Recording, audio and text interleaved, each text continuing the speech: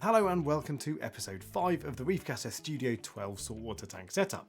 And episode 5 is significant for this tank because I originally set it up as part of a 4-video series sponsored by Fragbox Corals in Canada, and my original plan was to break the tank down and shut it down after those videos. But I'm actually really enjoying the tank, so instead I'm going to keep it going, and for what it's worth, that means that this video and all future videos are no longer sponsored. Now I've already set the tank up and added fish and corals, so today is going to be about the cleanup crew I've put in this tank, and because the tank is 2 months old, I'll give you an update on how it's getting on, as well as how the ugly stage is going. But let's kick things off with the cleanup crew. If you followed the series so far, you'll know about the dove snails that hitchhiked in on my first coral, and I haven't added any other snails, just a few more of these little guys who I hope will take care of most of the algae. And to tick the scavenger box, I've gone for 3 orange leg hermit crabs. I tend to avoid hermits because some of them do kill snails, but I think these guys are probably a safe bet with dove snails.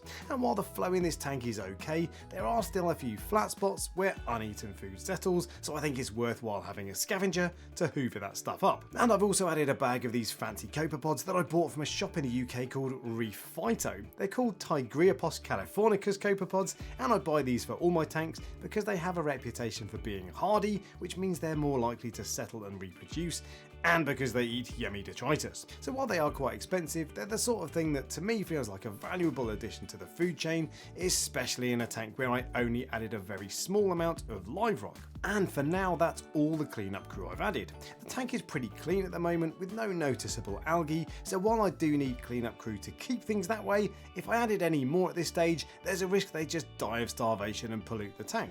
And on that note, let's take a look at how the ugly stage is going at the 2-month point. I did get a small outbreak of something early on, but that disappeared immediately after I turned my lights down, and it stayed away up to this point.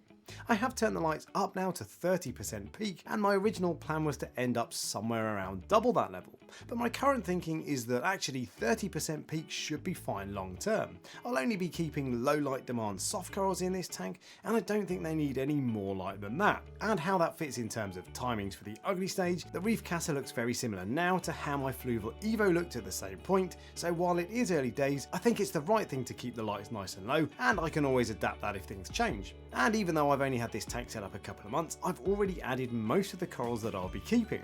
I started with a couple of zoas which are doing well generally and looking pretty healthy, except that they are stretching up quite a lot, which probably means that they want more light. However, they will be totally fine in low light, and if anything, I'd rather remove the zoas than bump the lights up and risk compromising the rest of the tank. I also have the green Kenya tree coral, which is already looking absolutely massive. It's not looking super healthy as it does sag over a little bit and the polyps aren't as extended as I'd like to see, but it's a really hardy coral and it's doing just fine, so I plan just to leave it be and see how it gets on over time. And I've also added a small mat of green star polyps from one of my other tanks, and this shows you just how hardy GSP is. This bit had been growing under the sand in my cave tank for months now, which is why it has no polyps on most of its mat.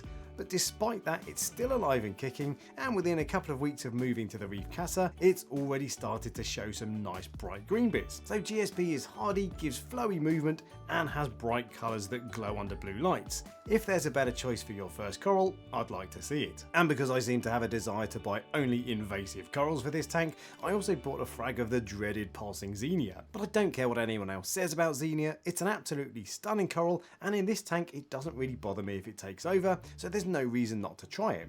The only thing I will say is that this frag isn't quite as colourful as Xenia I've had before, which might just be down to water chemistry or lighting, but I do wonder if there are different varieties of Xenia, and if I started again I'd probably spend a little bit more time shopping around for the perfect frag to start with. But I'll let you know how this gets on over time, and it might turn out to be just as nice as my previous Xenia. And last but not least, I've gone for another invasive softie in the shape of these papaya clove polyps.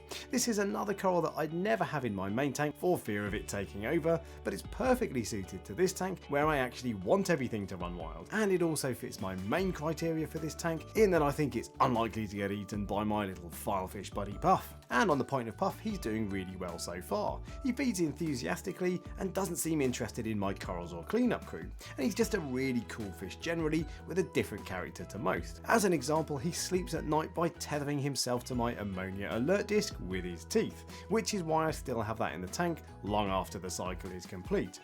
I've also bought another fish to keep him company, and I've gone for a yellow clown goby. He's very bright, unlikely to outgrow the tank, and I only sold my last yellow clown goby because it nibbled on my SPS polyps, and because this is a softy tank only, there's no risk of that, so he's a perfect fit.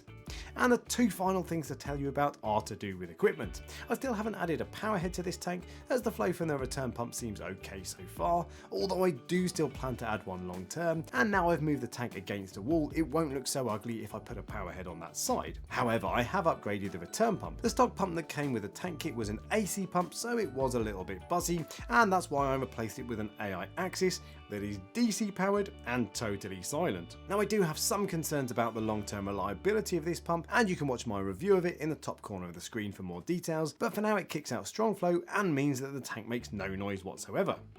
And finally, the Reef Casa gave me a small heart attack a couple of weeks ago. I came into the room to find a pool of water around the tank, and my first thought was that the silicone had failed and the tank was leaking. I couldn't see anything obvious though, so I tasted the water, and sure enough it wasn't salty, which meant it was from my auto top off. And when I checked, I saw that I'd accidentally left the outlet pointing away from the tank, which meant it poured half its load onto the countertop every time the ATO kicked on. Fortunately for me, I caught it after less than a day and it was an easy fix, but I have now super glued the outlet in place so it can't repeat the same trick. Now I plan to keep you updated with this tank long term, so if there's anything in particular you want me to cover, let me know in the comments section on your way to the like and subscribe button, and I'll cover the most popular topics. And as always, a big thank you for watching, and until next time, happy reefing.